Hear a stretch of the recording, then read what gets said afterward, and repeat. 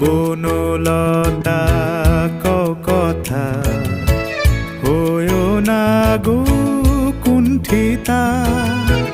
বনলতা কথা হয়ো না গো কুণ্ঠিতা।